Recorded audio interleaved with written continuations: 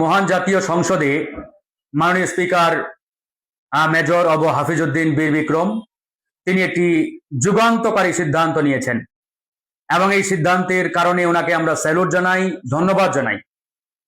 আমাদের জাতীয় সংসদে এই 55 বছরে বেশ কিছু রীতি নীতি এবং সংস্কৃতি গড়ে উঠেছে। তার মধ্যে অন্যতম একটি রীতি ছিল যে আপনি সংসদে প্রবেশ করার সময় আপনাকে মাথা নিচু করে মানে সম্মান জানিয়ে প্রবেশ করতে হতো এবং পার্লামেন্ট থেকে যখন বের হতেন বা ত্যাগ করতেন জাতীয় সংসদ সদস্যরা, তারা আবারও মাথা নিচু করে সংসদ ত্যাগ করতেন।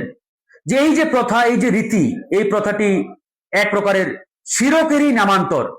এটি আলেম সমাজ, ইসলামিক স্কলার যারা, তারা এটি নিয়ে অনেকবার ব্যাখ্যা দিয়েছেন, বলেছেন যেটি এক প্রকারের শিরক।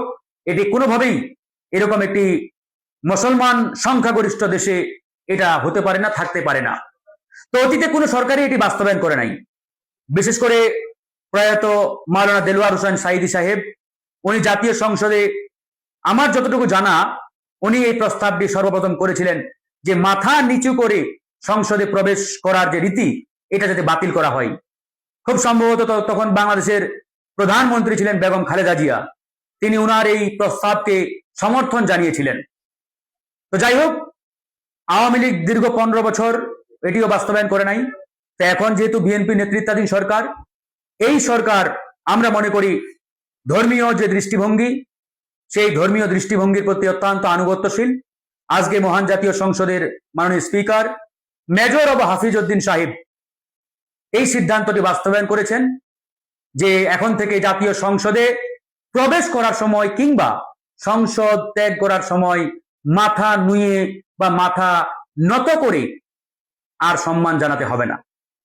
এই যে একটি যুগান্তকারী সিদ্ধান্ত বর্তমান জাতীয় সংসদের স্পিকার নিয়েছেন, এবং আমরা সরকারকেও ধন্যবাদ জানাই যে এই সরকারের আমলে এরকম একটি সিদ্ধান্ত বাস্তবায়ন হয়েছে। এবং মাওলানা দেলোয়ার হোসেন সাইদি আমাদের মাঝে নেই।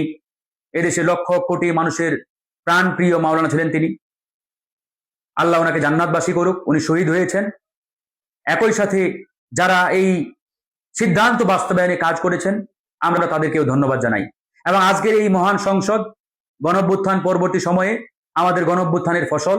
এই গণঅভ্যুত্থানে যারা শহীদ হয়েছেন, আত্মত্যাগ যারা করেছেন, আহত হয়েছেন, সর্বোপরি সবারই আমরা সুস্বাস্থ্য কামনা করি এবং যারা শহীদ হয়েছেন তাদের মাগফিরাত কামনা করি। তাদের প্রচেষ্টা, আত্মত্যাগের বিনিময়ে আজকে আমরা এই নতুন বাংলাদেশ পেয়েছি, এই সংসদ পেয়েছি। এবং এই সংসদে আজকে এরকম একটি যুগান্তকারী সিদ্ধান্ত বাস্তবায়ন করেছে বর্তমান স্পিকার। আমরা তাকে অসংখ্য ধন্যবাদ এবং মোবারকবাদ জানাই। আগামীতে ইনশাআল্লাহ আমরা সবাই মিলে একটি নতুন বাংলাদেশ বিনির্মাণ করব।